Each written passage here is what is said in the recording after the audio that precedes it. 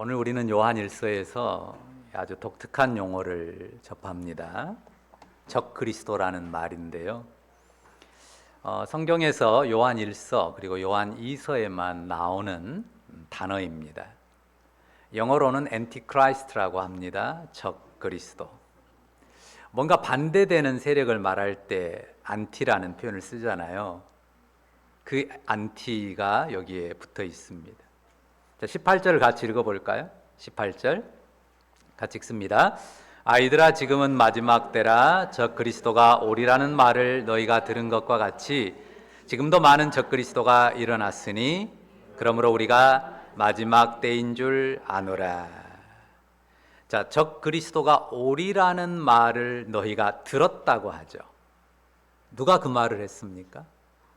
어디에 그 말이 나오죠? 기억나십니까? 사실 적그리스도라는 말, 정확한 표현은 아까도 말씀드린 것처럼 이 요한 1서 그리고 요한 2서에만 기록이 된 표현입니다. 예수님이나 사도들이, 예수님께서나 사도들이 명시적으로 적그리스도라는 말을 쓴 적은 없습니다. 구약 성경에도 적그리스도라는 표현 자체는 나오지 않습니다. 하지만 유사한 내용들이 있어요. 예수님께서 종말에 대해서 예고하시면서 하신 말씀들이 있는데요. 거기에 어떤 말씀을 하셨냐면요. 거짓 선지자들 그리고 거짓 그리스도들이 출현할 것이다 라고 경고하셨어요.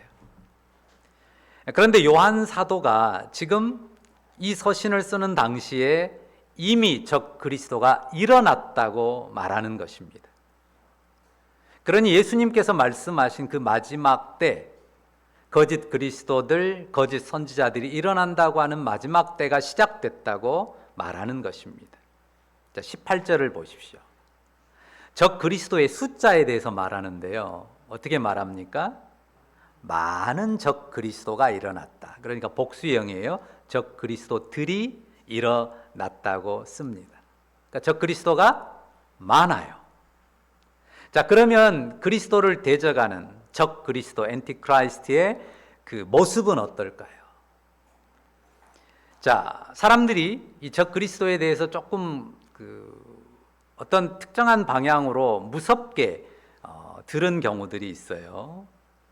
그래서 뭔가 괴이하게 생긴 뿔난 짐승의 모습을 그린다든지, 입에서 불을 뿜어내고 아주 날카로운 발톱이 있는 이 네 개의 발을 가진 날개 달린 용을 생각한다든지, 뭐 그런 모습을 그려볼 수도 있어요. 그러나 적 그리스도, 이 적 그리스도의 외형은요, 이 괴이하게 생겨서 공포감을 주는 그런 모습이 아닙니다. 본문이 그것을 말해줘요. 자, 19절을 보시겠어요? 많은 적 그리스도가 일어났다고 말하는데요. 그들이 어떻다고요? 그들이 우리에게서 나갔다라고 씁니다. 그러니까 아주 무시무시한 괴물이 아니에요. 우리에게서 나갔다는 말은 바로 성도의 공동체, 교회 공동체에 속하여 있었던 사람들이었다는 거예요. 그들이 교회에서 떠난 거죠. 떨어져 나간 겁니다. 그러니까 적 그리스도를 생각할 때 뭔가 무섭고 희한한 무시무시한 괴물의 형상을 생각할 게 아닙니다. 평범한 사람들이에요. 교회 공동체에서 함께 했던 무리들이에요. 나와 그렇게 특별히 다를 바가 없는 외형에 있어서 그런 사람들입니다. 근데 그들이 왜 나갔어요? 19절 표현대로 말하면요, 뭐라고 합니까? 그들이 나간 것은 다 우리에게 속하지 아니함을 나타내려 함이라 말해요. 무슨 말이냐면요, 교회 공동체와 같은 신앙 고백을 공유할 수 없다고 한 겁니다. 교회 공동체의 신앙 고백이 틀렸다고 말하는 거예요. 그래서 그 틀린 것을 교정하라고, 안 그러면 함께 할 수 없다고 주장한 거예요. 그리고는 결국 들어주지 않으니까 자기들이 떠난 것입니다. 분명히 틀렸다고 지적하는 말들을 했겠죠. 그리고 계속해서 목소리를 냈는데 안 들어주니까요. 받아들여주지 않으니까 너희는 틀렸어 하고, 너희와 함께 못하겠어 하고 나간 사람들이 있었는데 그들이 바로 적 그리스도들이라고 말하는 것입니다. 왜 그들이 적 그리스도인가? 그들이 말하는 것이 그리스도에 대해서 왜곡하기 때문입니다. 거짓이기 때문입니다. 그리스도의 참됨에 대해서 흐트러뜨려 놓고 잘못된 방향으로 가짜를 말하기 때문입니다. 그러니 그들이 적그리스도가 되는 것입니다. 그들의 거짓이 뭔지 22절과 23절이 밝혀주고 있어요. 자, 같이 읽어볼까요? 22절, 23절 같이 읽습니다. 거짓말하는 자가 누구냐? 예수께서 그리스도이심을 부인하는 자가 아니냐? 아버지와 아들을 부인하는 그가 적그리스도니 아들을 부인하는 자에게는 또한 아버지가 없으되 아들을 시인하는 자에게는 아버지도 있느니라. 자, 우리가 매 주일 예배할 때마다 사도신경을 고백합니다. 자, 사도신경이 뭐라고 고백합니까? 전능하사 천지를 만드신 하나님 아버지를 내가 믿사오며, 그 다음 뭐예요? 그 외아들 우리 주 예수 그리스도를 믿사오니. 자, 그 외아들 우리 주 예수 그리스도를 믿어요. 그런데 여기 예수께서 그리스도라고 말하잖아요. 우리 주 예수 그리스도를 고백할 때 어떤 분으로 믿어요?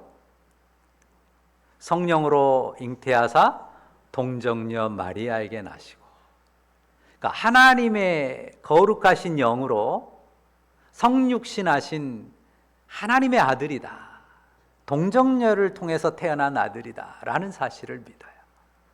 그리고 본디오 빌라도에게 고난을 받으사 십자가에 못 박혀 죽으셨다. 인류의 죄를 대속하기 위해서 십자가 대속의 죽음을 죽으신 분임을 믿죠. 그리고 장사된 바 되었는데 장사한 지 사흘 만에 죽은 자 가운데서 다시 살아나신, 부활로서 죽음을 깨뜨리고 승리하신 하나님의 아들이시다. 그러니까 그가 하늘에 오르셨고 하나님 보좌 우편에 앉아 계시다가 그곳으로부터 온 우주를 산자와 죽은 자를 심판하러 오실 분이다. 보좌에 앉으신 주권자시다. 그분으로 주 예수 그리스도를 믿는단 말이죠. 그러니까 22절이요. 거짓말하는 자가 누구냐? 예수께서 그리스도이심을 부인하는 자라 했는데 예수께서 그리스도이심, 그 내용이 우리가 방금도 확인한 사도신경에 나오는 바로 그 내용이란 말이에요. 하나님의 독생자께서 동정녀의 몸을 통해 사람으로 나셨습니다. 십자가를 통해서, 십자가 죽음을 통해서 구원을 이루셨습니다. 부활 승천하사 하늘 보좌에 앉아 만유를 다스리는 주권자이십니다. 그분 주 예수 그리스도에 대해서 믿음을 고백하고 그분을 의지하는 것이 기독교회의 신앙이고 그 신앙의 핵심입니다. 그런데 어떤 사람들이 이 신앙 고백을 부인했다는 거죠. 이 신앙 고백을 부인할 뿐만 아니라 그게 틀렸다고 그거를 허물려고 했습니다. 그리고는 자기들 말을 듣지 않으니까 교회 공동체에서 나갔다는 거예요. 그들이 그리스도를 대적하는 적 그리스도입니다. 자, 23절 다시 보시겠어요? 자, 뭐라고 합니까? 아들을 부인하는 자에게는 또한 아버지가 없으되 아들을 시인하는 자에게는 아버지도 있느니라. 자, 우리는 주 예수 그리스도 안에서 하나님이 우리의 하늘 아버지 되심을 믿습니다. 주 예수 그리스도 안에서 하나님이 누구라고요? 하늘 아버지 되심을 우리가 믿어요. 그것이 우리 기독교 신앙의 핵심 믿음입니다. 그런데 이 도리를 흐려놓는 사람들, 이것을 허물려고 하는 사람들은 이 도리가 아닌 다른 뭔가를 강조했어요. 20절과 21절에 그들이 무엇을 강조했는지를 엿보게 해주는 내용이 있습니다. 자, 20절, 21절 같이 읽어볼까요? 같이 읽습니다. 너희는 거룩하신 자에게서 기름 부음을 받고 모든 것을 아느니라. 내가 너희에게 쓰는 것은 너희가 진리를 알지 못하기 때문이 아니라 알기 때문이요 또 모든 거짓은 진리에서 나지 않기 때문이라. 여기 너희는 누구예요? 예수 그리스도를 믿는 성도들이죠. 너희니까, 그 너희니까 바로 우리라고 말할 수 있어요. 지금 이 시간 예배하는 우리는 어떻다고요? 거룩하신 자에게서 기름 부음을 받았고 모든 것을 아는 사람이랍니다. 여러분이 모르는 것이 하나도 없이 이 우주와 만물에 대해서 다 꿰뚫어서 압니까? 지금 그걸 말하는 건 아니죠. 그 말이 아닙니다. 그 뒤에 나오는 내용이에요. 너희가 진리를 알지 못하는 게 아니다. 우리가 무엇을 압니까? 그리스도 예수 안에 있는 구원의 진리를 알아요. 예수 그리스도 안에 있는 구원의 진리를 압니다. 성경에 대해서 창세기부터 요한계시록까지 혹은 신학에 대해서 모든 내용 100%다 꿰뚫어서 하나도 틀림없이 안다는 말이 아닙니다. 우리가 가진 구원의 진리가 우리를 하나님의 구원의 백성, 구원받은 자녀로 살기에 부족하지 않다는 거예요. 우리가 가지고 있는 구원의 진리가, 우리가 이미 알고 있는 구원의 진리가 우리가 하나님의 백성으로 구원받고 하나님의 자녀로 사는 데 있어서 전혀 부족하지 않다는 것을 말하는 거예요. 너희가 진리를 모르고 있는 게 아니야. 다 알아. 지금 그 말이거든요. 너희에게 거룩하신 자로부터 받은 기름 부음이 있고 너희가 모든 것을 알아 하는 말은 그런 의미입니다. 여기 기름 부음을 말했는데요. 이 기름 부음이라는 게요, 이 초대교회 역사를 보면요, 세례 받을 때 물로 세례를 받잖아요. 지금도 침례교는 세례를 줄 때 침례탕에 이 사람을 데리고 들어가서 완전히 물속에 잠갔다가 빼거든요. 초대교회에 많이 그런 침례가 행해졌어요. 침례로 하든 아니면 그냥 조금 뿌려서 약식 세례로 하든 핵심은 그 물 뿌림에 있어서는 죄를 그리스도의 피가 씻는다는 하나의 표시란 말이에요. 그런데 그 초대교회 자료들을 보면 이 물 세례 다음에요, 물로 세례를 준 다음에 기름을 발라줬어요. 기름을 바르는 예식을 행했습니다. 주로 올리브 기름을 발랐어요. 그래, 올리브 기름을 바르는 것을 통해서 복음 안에서 이 성령이 그를 감싸고 또 그를 풍요함과 은혜의 삶으로 이끈다는 것을 표현해 주었습니다. 그래서 이 기름 부음은요, 성령을 의미해요. 성령의 기름이 그 삶을 감싸고 부어졌다는 것을 의미합니다. 아들의 피로 씻김 받은 그들에게 성령이 함께 하십니다. 성령께서 풍성한 삶과 기쁨을 주십니다. 주 예수 그리스도를 믿는 성도는 이미 거룩하신 하나님에게서 그분으로부터 기름 부음을 받았어요. 무엇으로요? 복음으로. 복음을 믿음으로. 성령의 기름 부음을 받았고 이미 구원 진리를 알고 그 진리 안에 있습니다.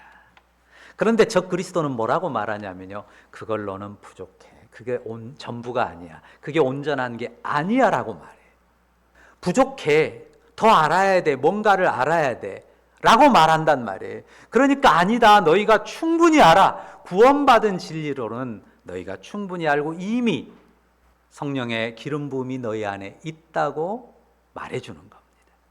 초대교회에 나타난 저 그리스도는 무엇을 말하냐면요, 우리가 육체의 속박에서 해방되는 영혼의 자유를 얻기 위해서는 뭔가 이 영의 지식, 어떤 영적인 지식이 필요하다. 어떤 신령한 지식이 필요하다. 그 지식을 특별하게 전수받아야 된다라고 말을 했다는 거예요. 그러니까 복음이 전부고 그것으로 우리의 구원이 온전하다 말하는 게 아니라 그거는 부족해. 온전치 못해. 다른 특별하고 신령한 어떤 지식을 배워야 돼. 전수받아야 돼. 했다는 거예요. 그래서 사도는 너희가 구원의 진리를 모르는 게 아니다. 이미 거룩하신 분이 복음 안에서 너희에게 주신 기름 부음이 있다. 너희에게 있는 구원 진리는 충분하다, 부족하지 않다. 이것을 확정해서 말해주는 겁니다. 24절과 25절도 보십시오. 뭐라고 합니까? 너희는 처음부터 들은 것을 너희 안에 거하게 하라. 처음부터 들은 것이 너희 안에 거하면 너희가 아들과 아버지 안에 거하리라. 그가 우리에게 약속하신 것은 이것이니 곧 영원한 생명이라. 처음부터 들은 것이 뭡니까? 앞서 말한 내용 그대로 예수 그리스도의 복음이에요. 하나님의 아들이 사람 되셔서 그가 친히 인류의 죄를 자기 몸으로 지고 십자가 대속을 이루셨다고 하는 사실, 그의 죽음과 부활 때문에 우리가 하나님을 영원한 아버지로 모셔 섬기게 됐고 영원한 생명을 이어받게 됐다고 하는 것 아닙니까? 25절 보십시오. 그가 우리에게 약속하신 것은 이것이니 곧 영원한 생명이니라. 그러니까 주 예수 그리스도의 복음을 믿고 그 복음 앞에 굴복한 사람에게는요, 이미 거룩하신 분께로부터 받은 성령의 기름 부음이 있습니다. 성령으로 말미암아 그리스도와 연합하거든요. 성령이 아니면 우리가 어찌 그리스도의 죽음에 그 부활에 연합하겠어요? 성령이 우리 안에서 우리를 그리스도의 죽음에 부활에 연합하게 하셔요. 그리고 우리를 어떤 사람으로 살게 하십니까? 영원한 생명의 약속을 가진 하나님의 자녀로서 하나님 아버지를 섬기며 살게 하십니다. 사람들이 오해하는 게 있어요. 신앙에 대해서 갖는 특별한 오해가 있는데요, 신앙심이 깊어지면요, 뭔가 남들이 모르는 신비하고 특별한 지식을 갖게 되는 것으로 생각하는 오해가 있단 말이에요. 그건 오해예요. 복음의 신앙은 그런 게 아닙니다. 복음을 믿는 신앙은 이 신앙의 깊이가 어떤 종교적인 특권 계층을 만드는 게 아니에요. 특별한 사람들, 레벨이 좀 높고 특별한 어떤 능력이나 지식을 가진, 그래서 범접할 수 없고 그들에게 특별히 뭔가를 전수받아야 되는 그런 신앙의 레벨, 그것으로 깊어지는 게 신앙의 성장, 신앙의 깊이가 아니라고 하는 거예요.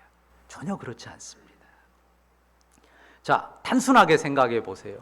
복음을 믿는 신앙은 우리가 그리스도 예수 안에서 하나님을 누구로 알아요? 아버지로 알아요. 단순히 아버지로 아는 게 아니라 아버지로 섬기는 관계 속에 들어가고 그 아버지와의 관계를 누린단 말이에요. 복음을 믿는 모든 사람이 그 관계를 누려요. 모두가 아버지의 자녀들로 서는 거예요. 그런데 누구는 어떤 희한하고 특별한 계급의 그런 레벨에 올라간 특권층이 되거나, 어떤 사람들은 그렇지 못한 이 저층의 사람들이 되거나, 그런 거는 복음에 없는 내용이에요. 하늘 아버지의 자녀로 모두가 은혜를 누리고 은혜의 삶을 배워가는 과정이에요. 좀 다른 건 있죠. 좀 커지는 것도 있어요. 뭐가 커져요? 그 은혜를 따라 사는 삶의 지혜, 그 은혜를 따라서 그 그리스도를 닮은 사랑을 놀랍게 나타낼 수 있는 사랑의 지혜, 이런 부분에서는 깊어질 수 있죠. 풍성해질 수 있죠. 분명히 다른 뭔가가 있을 수 있어요. 그러나 그것이 복음 안에 있는 근원적인 은혜의 어떤 차이를 만들지는 않는다고 하는 거예요. 그리스도 예수를 믿음으로 말미암아 우리가 하나님의 자녀된 은혜가 참된 지식 그리고 지혜의 출처이고 근원이에요. 그러니까 그리스도를 믿음이 있고 그리스도 안에서 성령의 기름 부음이 그 영혼에 새겨진 사람은 다 그 그리스도에게서 성령으로 말미암아 배울 수 있고 그 지혜가 지식이 놀랍게 커져갈 수 있고 그것을 풍성히 누릴 수가 있다는 말이에요. 특정한 어떤 사람에게서 뭔가 남들이 모르는 신비한 것을 배워내야 되는 그런 게 아닙니다. 그러니까요, 성도가 거룩하신 분께, 주 예수 그리스도를 믿음으로 거룩하신 분께 받은 기름 부음 안에서 복음을 따라서 하늘 아버지의 자녀로 사는 삶을 고민하고 기도하고 하나님 앞에 몸부림하면요, 누가 가르쳐요? 성령께서 나를 가르쳐요. 성령께서 여러분 안에서 여러분을 가르쳐요. 여러분이 여러분 안에 위대한 스승을 모시고 계세요. 믿으세요? 그 믿음으로 사는 거예요. 그리스도 복음 안에는요, 신앙의 어떤 위계 질서라는 게 있지 않아요. 교회에 하나님이 주신 역할을 따르는 질서는 있지만, 누구 어떤 특정한 사람에게 특정한 신앙의 지식을 신비하게 배워야 된다는 그런 게 없단 말이에요. 그런데 초대교회의 적 그리스도라고 칭해지는 이 사람들은 그런 신비한 지식을 특별하게 전수받아야 된다. 복음을 믿는 것만 가지고 안 된다라고 이야기를 했던 것입니다. 맞는 말은요, 좋은 선생 밑에서 훌륭한 제자가 나오는 거 사실입니다. 그런데요, 아무리 좋은 선생 밑에서도요, 괴물이 나오는 경우들 있어요. 없습니까? 좋은 선생 밑에 있으면 다 훌륭한 사람만 나오는 게 아니에요. 훌륭한 사람도 나오지만 어떨 때는 저런 훌륭한 선생 밑에서 어떻게 저런 괴물이 나왔을까 싶은 그런 일도 얼마든지 있습니다. 선생이 부족해도요, 사람 선생이 부족해도 그 아래서 뛰어난 그런 지도자가 나오기도 합니다. 그러니까 뛰어난 지식을 전수해주는 선생이 없더라도요, 복음 그 자체, 복음 그 자체를 믿음 안에서 성령의 기름 부음이 그 영혼에 있음을 믿고 의지하는 사람들은 진리로 양육을 받을 수 있습니다. 그래서 제가 이 말씀을 보면서 위로가 많이 됐어요. 내가 빼어난 선생이 못 돼서 늘 아쉬운데, 내 빼어남에 달린 게 아니지. 누가 가르치세요? 여러분 안에 있는 거룩하신 분의 그 기름 부음이 성령께서 여러분을 진리로 이끄세요. 중요한 거는 내가 그 복음을, 그 복음 안에 있는 약속을, 그 복음 안에 있는 하나님의 은혜를 붙들고 그 복음, 그 생명의 복음을 가지고 내 삶을 하나님 앞에 놓고 씨름하느냐의 문제예요. 그러면 누가 가르치신다고요? 성령께서 가르치세요. 주 예수의 영이 내 안에서 가르치세요. 그래서 별로 대단할 것도 없는데 뛰어난 인물들이 나와요. 복음 그 자체, 성령의 기름 부음, 그 은혜를 의지하고 하나님 앞에 서는 그 믿음에 달렸다고 하는 것입니다. 그런데 이게 교회 공동체들에 보면 좀 그런 경우들이 있어요. 이 복음의 능력은 조금 약하게 봐요. 그 가치를 내려요. 그리고 뭔가 특별한 지식을 배워서 알아야 된다고, 그 지식이 없어서 망한다고, 자꾸 그런 식으로 신앙을 이끄는 사람이 있어요. 어떤 사람이 될 가능성이 농후한 거예요? 적그리스도가 될 가능성이 농후한 거예요. 복음을 믿는 사람들, 참으로 진리의 지식을 믿는 사람들은 복음 안에 있는 진리의 지식, 그리스도 예수를 믿는 믿음 안에 있는 성령의 기름 부음을 깊이 신뢰하고 그 안에서 하나님 나라의 영원한 생명의 약속을 바라보고 그 나라를 향해 믿음으로 나아가는 사람들입니다. 우리는요, 여기 사도가 말하지만 처음 들은 복음을 끝까지 붙들어요. 사도도 강조하잖아요. 처음 들은 거. 처음 들은 복음을 끝까지 붙들어요. 왜요? 예수 믿을 때, 구원을 확정할 때뿐만 아니라 그 복음 안에 영원한 하나님 아들의 생명이 담겨 있단 말이에요. 그 생명이 죽은 생명이 아니란 말이에요. 그 생명이 꿈틀거리는 생명이고 그 생명이 인격적으로 우리의 삶 안에 역사하는 생명이기 때문에 처음에 믿을 때뿐만 아니라 끝까지 우리는 복음을 붙듭니다. 그 믿음, 그 확신과 소망으로 삶을 꾸립니다. 그 믿음과 확신으로 교회를 섬기고 그리고 세상을 섬깁니다. 주 예수 그리스도의 복음을 기뻐하며 그 안에 있는 성령의 기름 부음을 누리시기를 바랍니다. 아들과 아버지 안에 거하는 그 은혜의 삶, 그리고 사랑의 지혜가 가득한 삶으로 성장하면서 세상에 축복이 되는 여러분들 다 되시기를 주의 이름으로 축원합니다. 기도하십시다. 사랑의 주님, 감사합니다. 오늘 우리에게 귀한 말씀을 주셨습니다. 주 예수 그리스도, 그분을 믿음 안에서 우리 영혼을 적시는 성령의 기름 부음이 있음을 믿습니다.